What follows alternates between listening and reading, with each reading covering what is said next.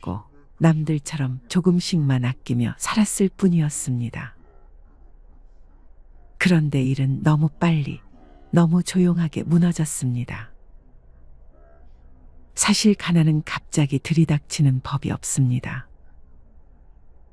큰 폭풍처럼 몰아치지 않고 생활 속 작은 선택들, 그때는 별거 아니라고 여겼던 결정들이 서서히 쌓여 어느 날 갑자기 현실로 모습을 드러낼 뿐입니다. 자식에게 미안해서, 체면 때문에, 혼자 있는 게 쓸쓸해서, 또 이 나이쯤 되면 원래 이런가 보다 하고 넘기다가 어느 순간 생활비가 모자라고 병원비가 무서워지고 사소한 지출 하나에도 마음이 불편해집니다. 더 무서운 건 대부분의 분들이 자신이 왜 이렇게 된 건지 몰라서 당황한다는 사실입니다. 내가 뭘 잘못했을까? 하지만 그건 당신이 잘못 살아서가 아닙니다. 노후를 망치는 선택들은 언제나 착한 마음, 좋은 의도, 그저 오래된 습관의 얼굴을 하고 다가오기 때문입니다. 그래서 더 위험하고, 그래서 더 많은 사람들이 같은 함정에 걸려 넘어집니다. 오늘은 그 이야기를 하려 합니다. 아무렇지 않게 해왔던 그 선택들이 어떻게 60대 이후의 가난을 불러오는 끔찍한 결과로 이어지는지 조용하지만 깊게 들여다보려고 합니다. 그리고 혹시라도 지금의 당신도 그 길을 걷고 있다면 돌아설 수 있는 단서가 되기를 바랍니다. 아이고, 관리비가 또 밀렸네요. 어르신, 이번 달엔 꼭 좀 부탁드려요.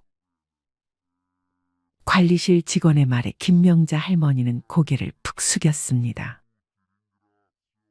통장을 들고 은행에 갔을 때 잔액은 7,000원.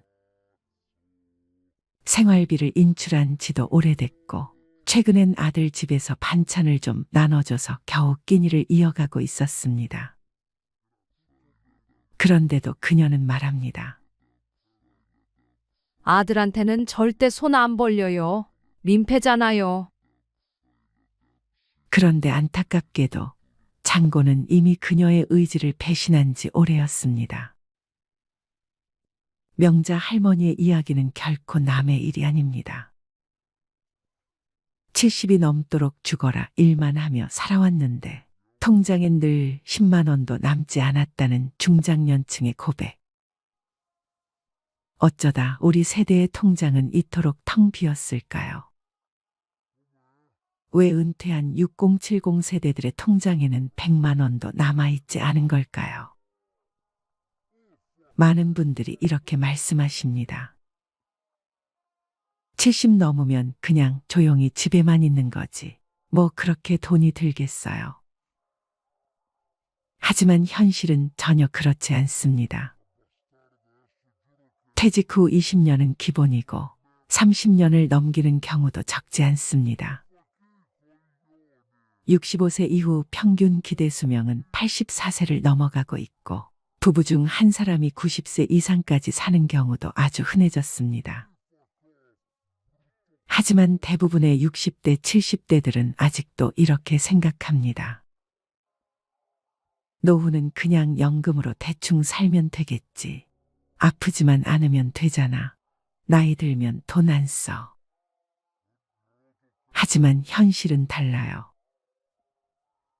병원비, 치과비, 집 수리비, 명절 경조사비, 손주 용돈, 보청기, 안경 교체, 한 달 식비까지. 이 모든 것이 60대 이후부터 본격적으로 돈을 갉아먹기 시작합니다.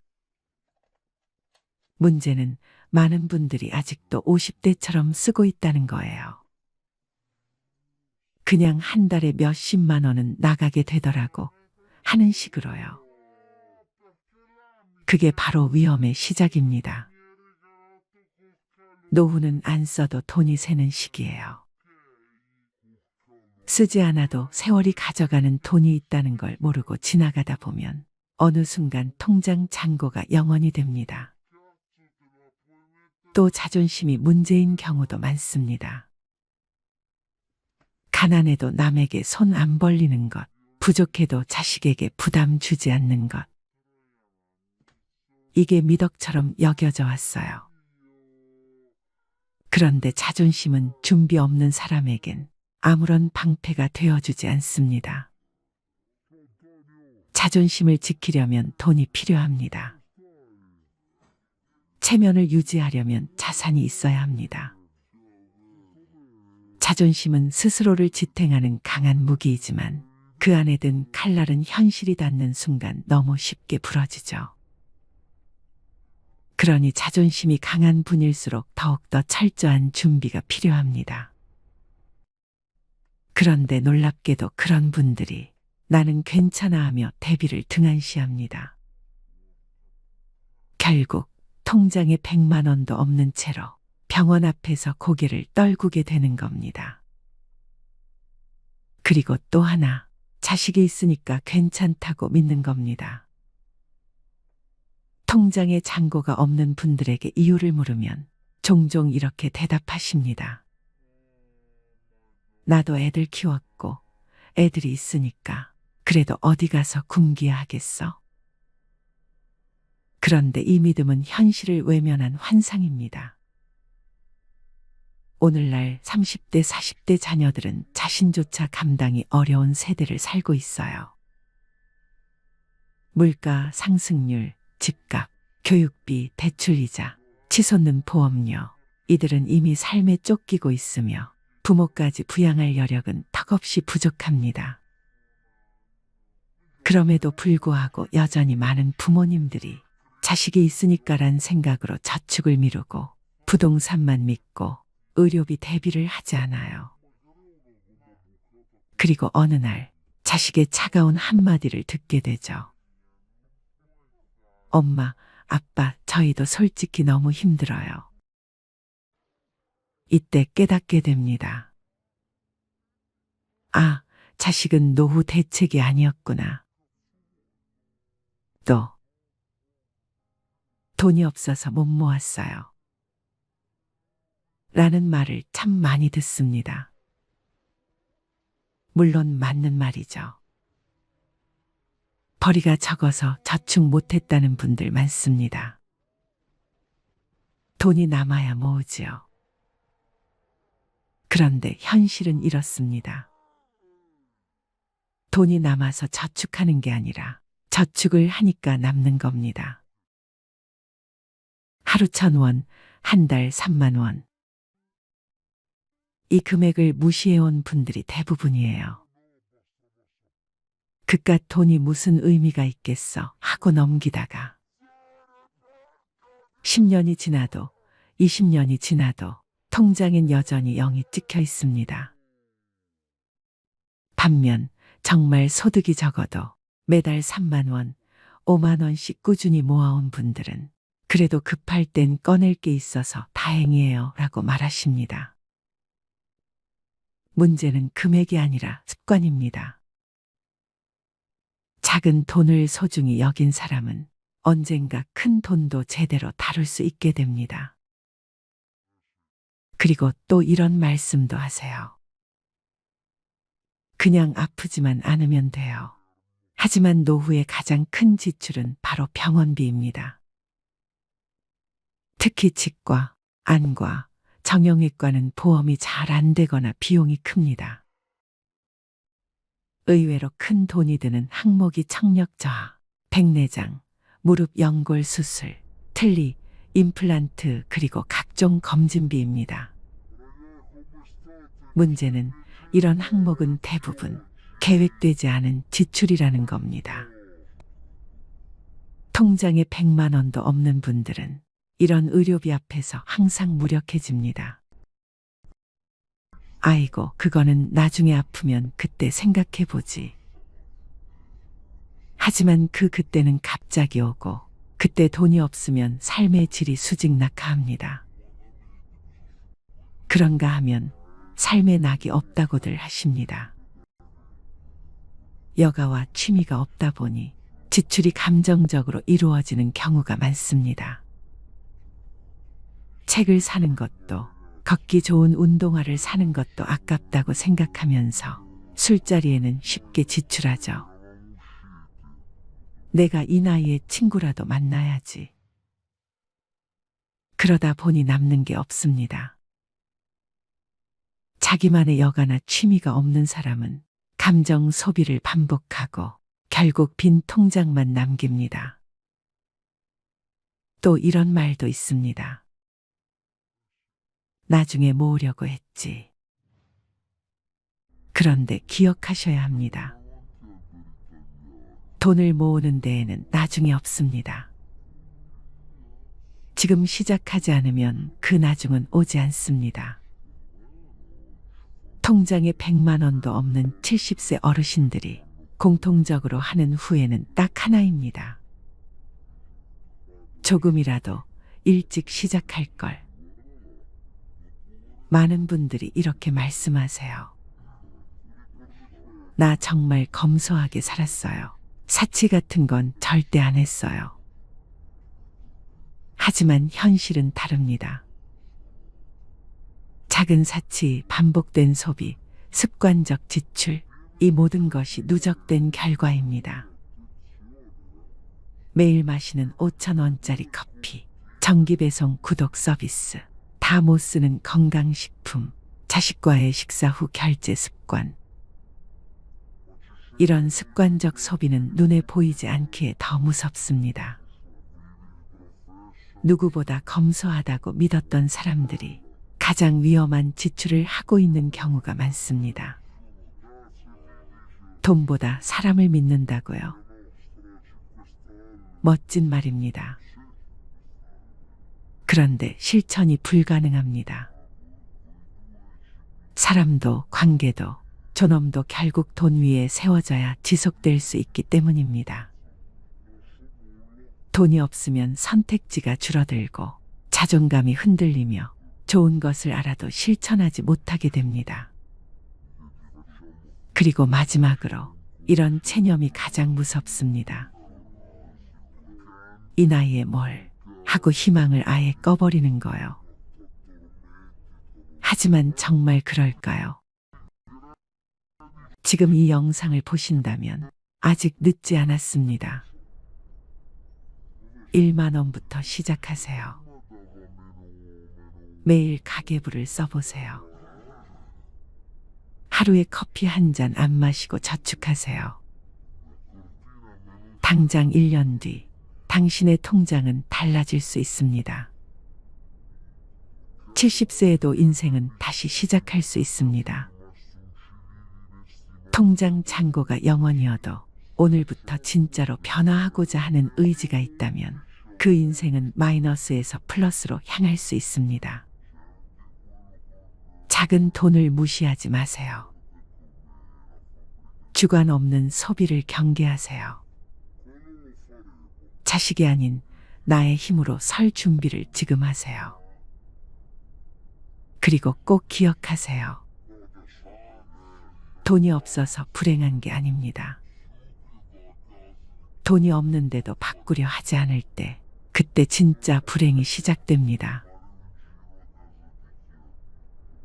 박종수 할아버지는 은퇴 후 몇 년 동안은 어떻게든 자립하며 살아갔습니다. 하지만 투자 실패와 과도한 지출로 인해 점점 재정 상태가 악화되면서 그는 더 이상 혼자 힘으로 생활을 유지할 수 없었습니다. 어느 날 결국 그는 큰 결심을 하고 자식들에게 돈을 부탁하기로 합니다. 그날 오후 종수 할아버지는 가장 큰 아들인 영수의 집을 찾아갔습니다.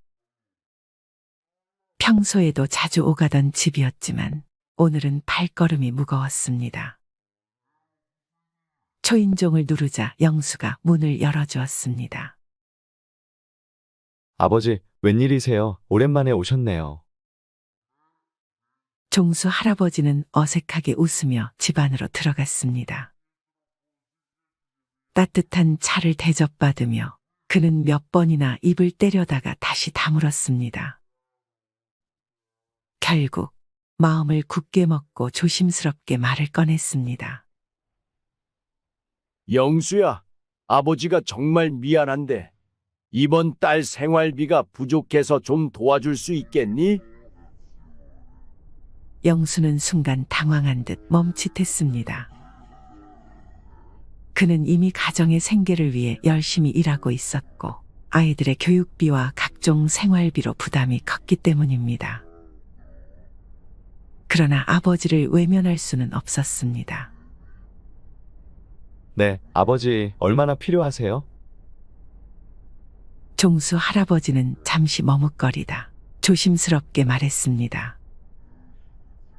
한 50만 원 정도면 될 것 같구나. 급한 건 다 해결하고 나면 갚을 수 있을 거야. 영수는 깊은 한숨을 내쉬며 알겠습니다. 아버지, 제가 이번 달은 좀 빠듯하긴 한데 어떻게든 해볼게요. 라고 대답했습니다. 그날 밤 종수 할아버지는 집으로 돌아와 마음이 착잡했습니다.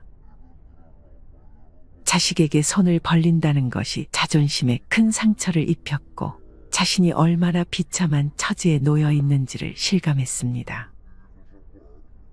그는 눈물로 젖은 베개를 끌어안고 잠을 이루지 못했습니다.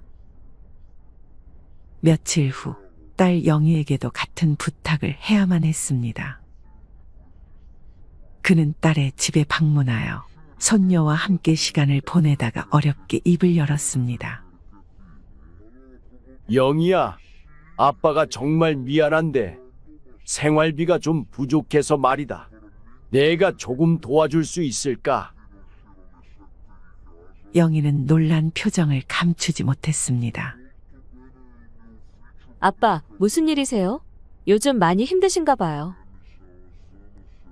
그녀는 아버지의 손을 잡고 걱정스러운 눈빛으로 물었습니다. 그래, 영희야. 아빠가 좀 어려운 상황에 놓였단다. 이번 달만 좀 도와주면 안 될까? 영희는 눈물을 참으며 물론이에요, 아빠. 제가 어떻게든 마련해 볼게요. 라고 말했습니다. 종수 할아버지는 자식들의 얼굴을 보며 더욱 마음이 무거워졌습니다.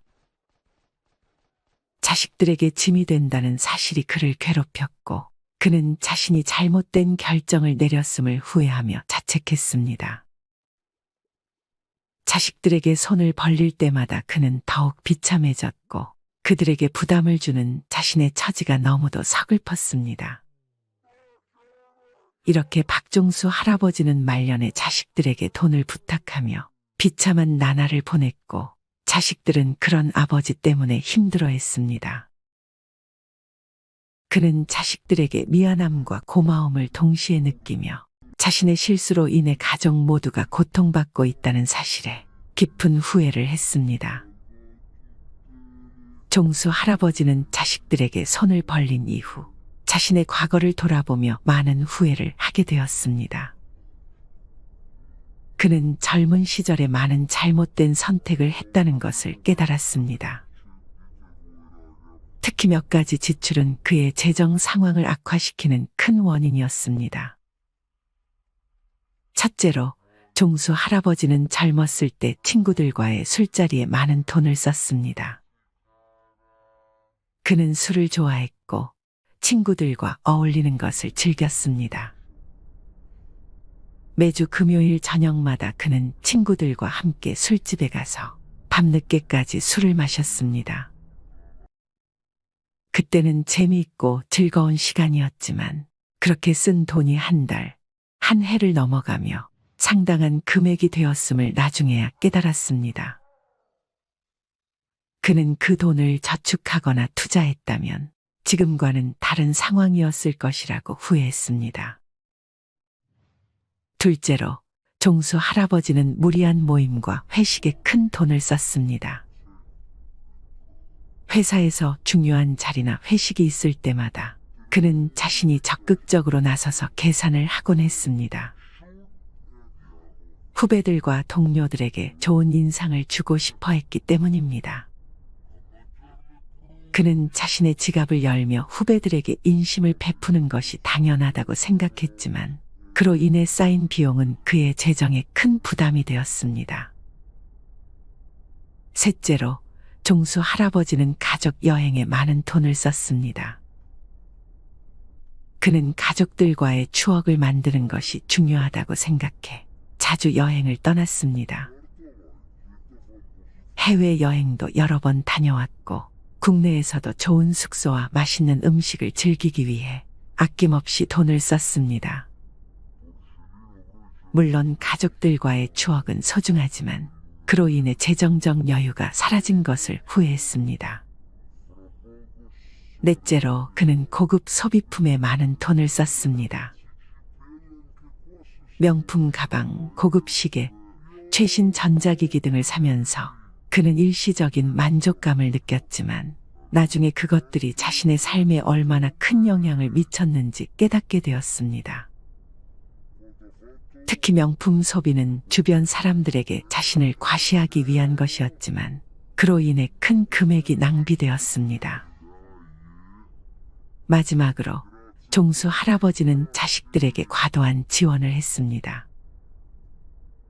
자식들이 결혼할 때, 집을 장만할 때, 심지어 손자들의 교육비까지 그는 아낌없이 지원했습니다. 자식들을 도와주는 것이 부모의 당연한 역할이라고 생각했지만 그로 인해 자신의 노후 자금을 마련하지 못했다는 것을 후회했습니다. 이렇게 종수 할아버지는 자신의 과거를 돌아보며 많은 후회를 했습니다.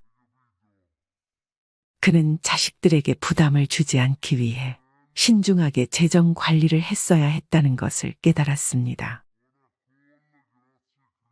나이 들수록 돈은 줄고 소비는 줄여야 한다는 말, 머리로는 알면서도 정작 카드 명세서를 보면 한숨부터 나오는 분들이 많습니다. 나는 그렇게까지 안 썼는데, 별거 안 했는데 왜 이렇게 빠져나갔지? 사실 노후의 가난은 돈이 없어서가 아닙니다. 무의식 중에 반복하고 있는 소비 패턴이 당신의 노후를 잠식하고 있는 겁니다. 특히 오늘 이야기할 9가지 소비는 6070세대, 즉 소비를 줄여야 할 시기에 오히려 집착하고 있는 지출 항목들입니다. 당신의 삶에도 이 9가지가 들어와 있다면 지금부터라도 정리가 필요합니다. 첫 번째, 명절 선물, 체면이라는 이름의 낭비. 나이 들수록 체면을 지켜야 한다는 생각이 강해집니다. 명절이 되면 아무도 시키지 않아도 비싼 한우 세트, 과일 상자, 건강식품을 고릅니다. 그래도 어른인데 이 정도는 해야지. 며느리 친정에도 뭔가 보내야지. 하지만 체면은 지갑에서 나갑니다. 그리고 그 체면을 지킬수록 약값을 미루고 전기요금을 걱정하는 현실이 찾아옵니다. 체면은 빚내서 유지할 게 아닙니다. 체면은 내 형편에 맞게 절제하는 어른에게서 납니다. 진짜 품위는 덜 써도 존중받는 사람이 될 때 생깁니다. 두 번째, 여행, 탈출인가, 회복인가. 이 나이에 언제 또 가보겠어. 이 말 한마디에 항공권을 결제하고 내 인생인데 한 번쯤은 하며 여행 패키지를 끊습니다. 하지만 여행은 갔다 오면 끝입니다. 추억은 남을지 몰라도 카드값은 더 오래 남습니다. 게다가 여행은 습관이 되면 중독됩니다. 또 가야겠다. 안 가면 허전해. 문제는 여행이 회복이 아닌 회피가 되는 순간부터 노후는 무너지기 시작한다는 점입니다. 지속 가능한 삶은 감정이 가라앉은 상태에서 가도 되는 타이밍에 가는 여행이어야 합니다. 세 번째, 옷. 과거의 멋이 현재의 짐이 될 때. 나도 이 정도는 입어야지. 할머니라고 아무 옷이나 입나. 나이 들어도 멋지고 싶은 마음 당연합니다. 하지만 옷장이 가득 차 있고 입는 옷은 늘 똑같은데도 또 다시 신상을 고르고 있다면 그건 멋이 아니라 불안을 지우기 위한 소비일 수 있습니다. 노년의 멋은 비싼 옷이 아니라 단정함에서 시작됩니다. 꾸준히 다림질된 셔츠, 잘 맞는 슬랙스, 깔끔한 운동화. 그것이면 됩니다. 진짜 품위는 옷에서 나오는 게 아니라 자기 삶에 책임지는 태도에서 나옵니다. 네 번째, 커피. 하루 한 잔은 괜찮을까? 퇴직 후 할 일 없는 하루의 시작은 늘 커피 한 잔으로 열립니다. 집에 커피 믹스가 있어도 굳이 테이크아웃 한 잔을 사야 하루가 시작된 것 같은 기분이 듭니다. 하루 4,000원. 한 달이면 12만 원. 1년이면 144만 원입니다. 그거 아껴서 얼마나 모으겠어? 그렇게 말하는 순간 매달 반복되는 작은 구멍이 노후 재정을 서서히 잠식합니다. 여유는 커피로 사는 것이 아니라 관계와 일상 속에서 길러야 할 감정입니다. 돈 들여 위로받는 습관은 결국 더 큰 허기를 남깁니다. 다섯 번째, 택시. 편함의 이름으로 무너지는 근력. 한 정거장 거리도 걷기 싫어집니다. 힘들잖아. 택시 타면 편하지. 그런데 이상하게 이 편함은 갈수록 더 많은 불편함을 부릅니다. 걷는 횟수가 줄어들수록 무릎은 더 약해지고 심장은 더 나빠집니다. 택시비는 그 자체로도 문제지만 움직이지 않는 대가로 찾아오는 병원비는 그보다 훨씬 비쌉니다. 노후의 편안함은 무조건적인 편리함이 아니라 내 몸이 스스로 움직일 수 있는 자유에 있습니다. 여섯 번째, 손주를 위한 지출. 사랑이라는 착각. 손주가 온다 하면 마트부터 갑니다.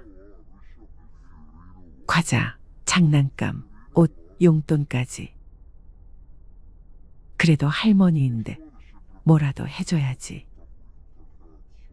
그렇게 매달 10에서 20만 원씩 쓰면서도 정작 자신은 라면으로 끼니를 때웁니다.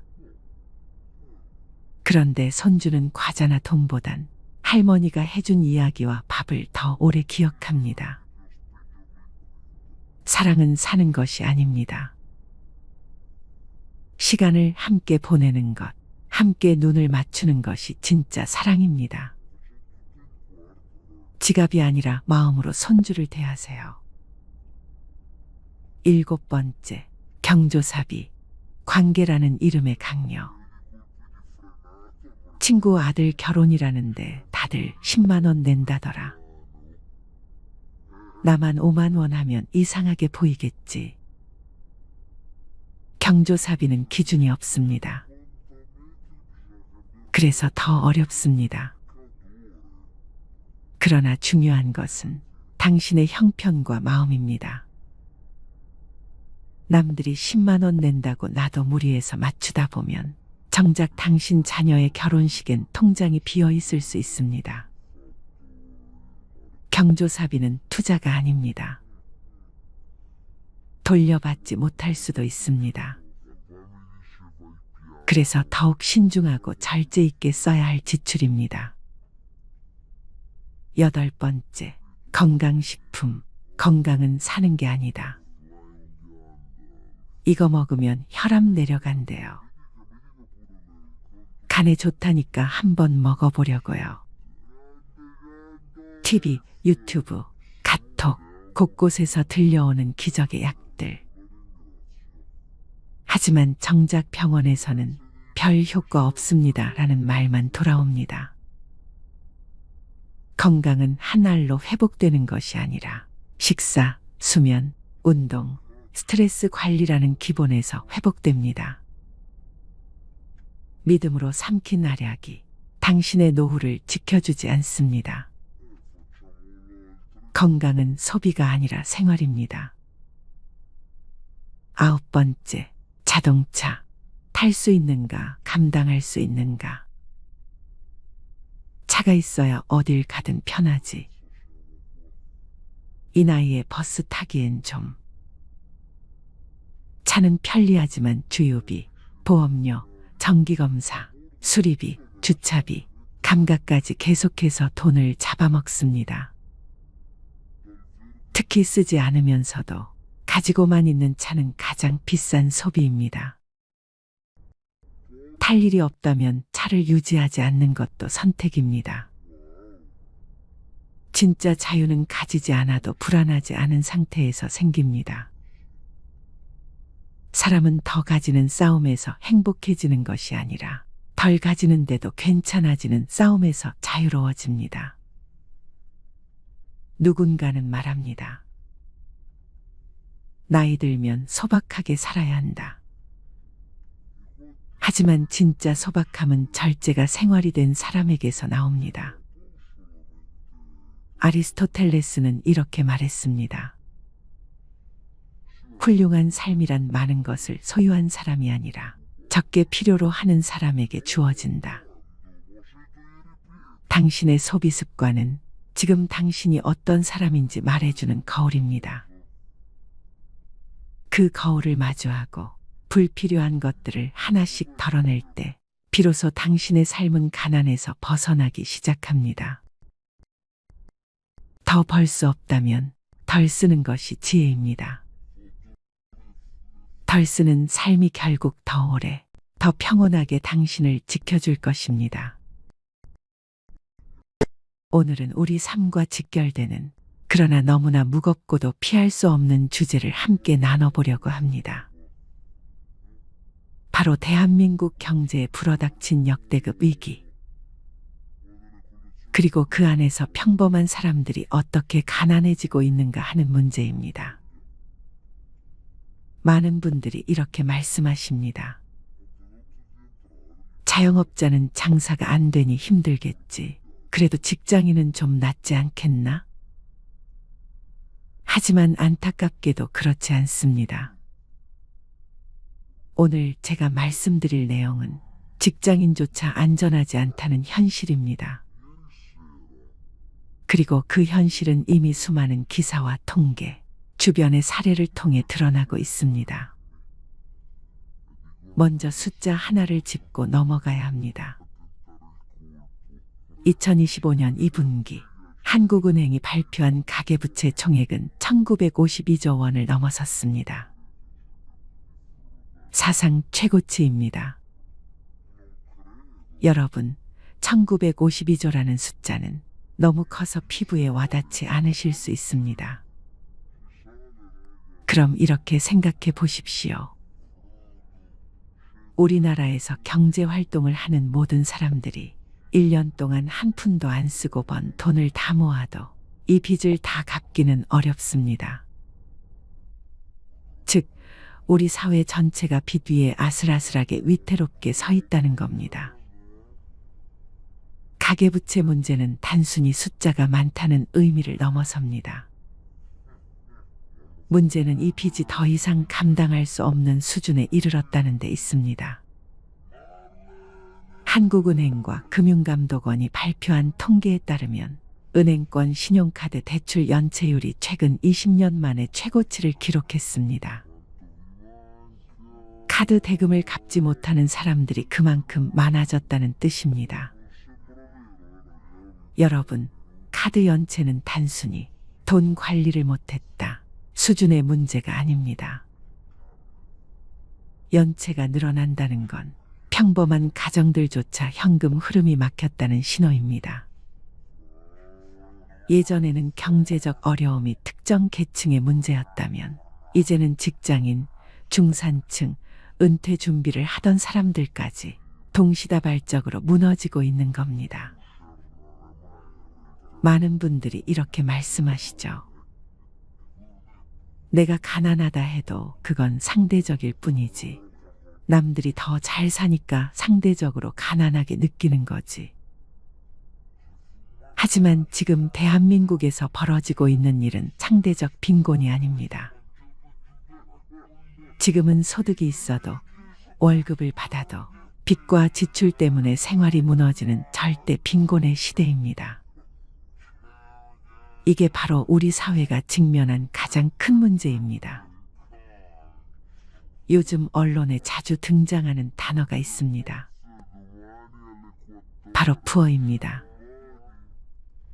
푸어는 단순히 가난한 사람이 아니라 특정한 이유 때문에 가난에 빠지는 사람들을 지칭합니다. 대표적으로 4가지가 있습니다. 베이비 푸어, 에듀 푸어, 카 푸어, 하우스 푸어. 이 4가지를 차례대로 살펴보겠습니다. 여러분, 아이를 낳는 순간 가난해지는 부모들을 가리켜 베이비 푸어라고 합니다. 대한민국 정부는 출산율을 높이기 위해 2022년 1월 이후 출생아에 대해 8년간 총 2,960만 원의 지원금을 지급합니다. 엄청난 금액입니다. 하지만 현실은 다릅니다. 아이를 낳으면 오히려 가난해지는 가정이 늘고 있습니다. 왜일까요? 언론 보도에 따르면 서울 강남권 산후조리원 이주 비용은 VIP룸 기준 540만 원, 고급 시설은 700만 원 이상에 이릅니다.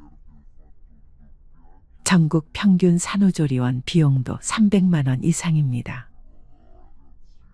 예전 같으면 친정어머니가 도와주거나 집에서 조리하는 경우가 많았는데 이제는 산후조리원이 필수가 되다시피 했습니다.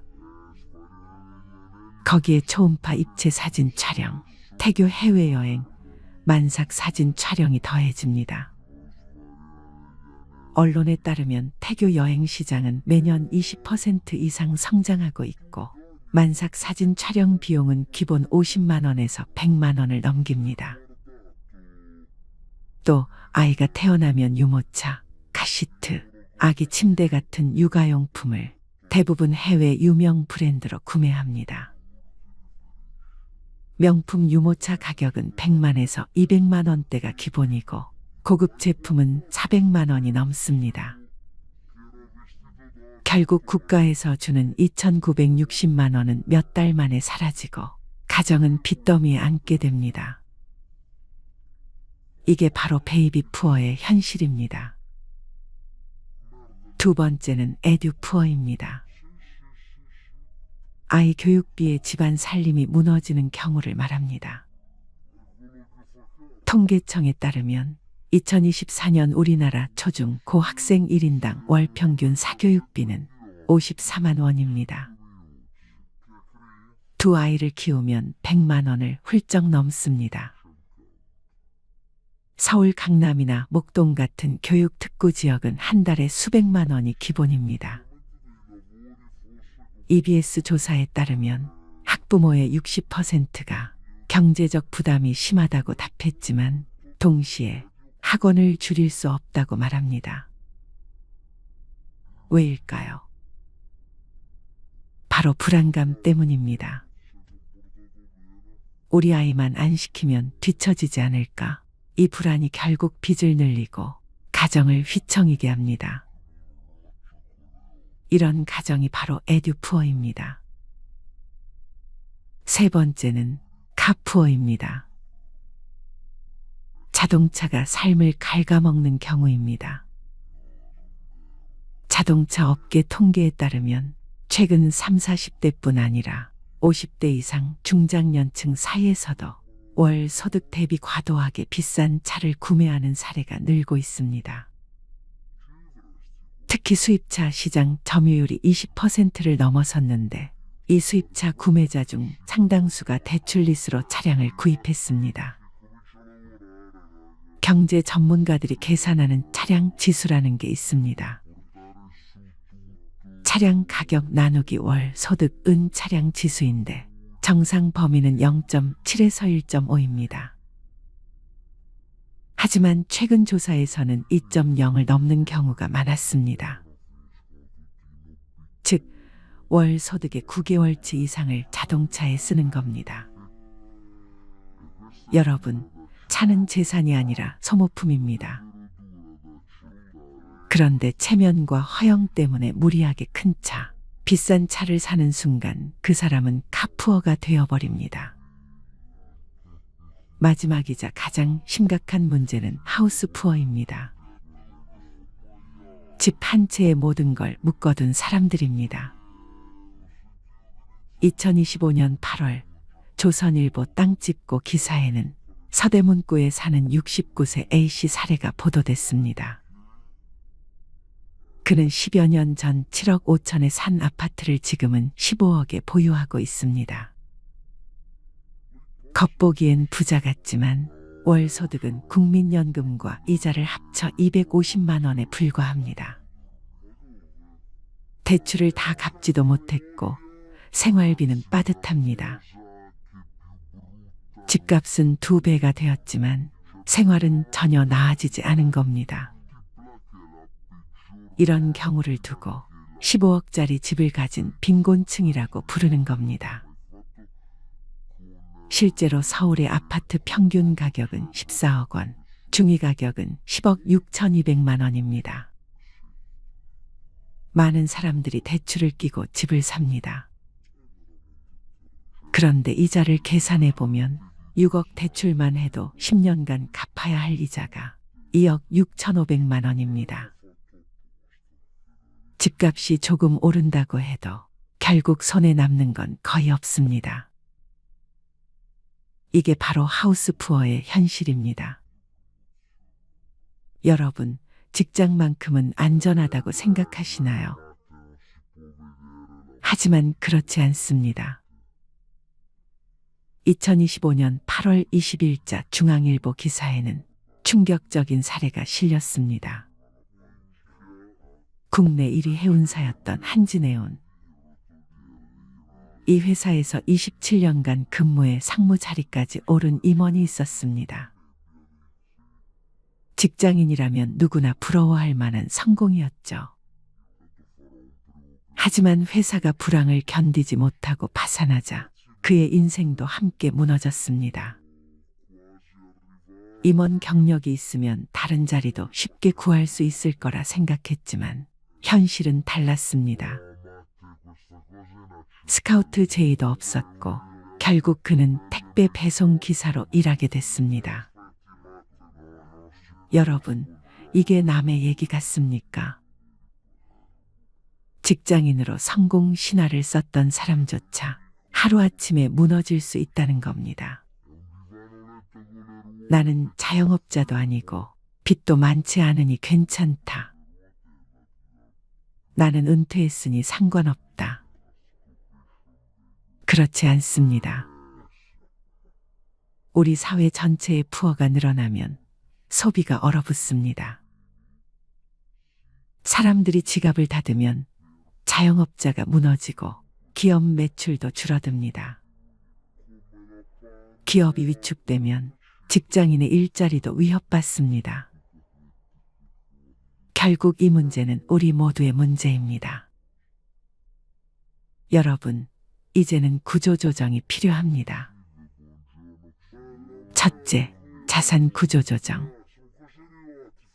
집, 차, 자녀 교육비에 묶여있는 자산을 다시 점검해야 합니다. 둘째, 부채 구조조정. 무리한 대출은 줄이고 필요 없는 빚은 끊어야 합니다. 셋째, 소득 소비 구조조정. 벌이를 늘릴 수 있는 방법을 찾고 불필요한 지출은 과감히 줄여야 합니다. 경제 전문가들은 이렇게 조언합니다. 수익률 1%에 목매지 말고 원금을 10%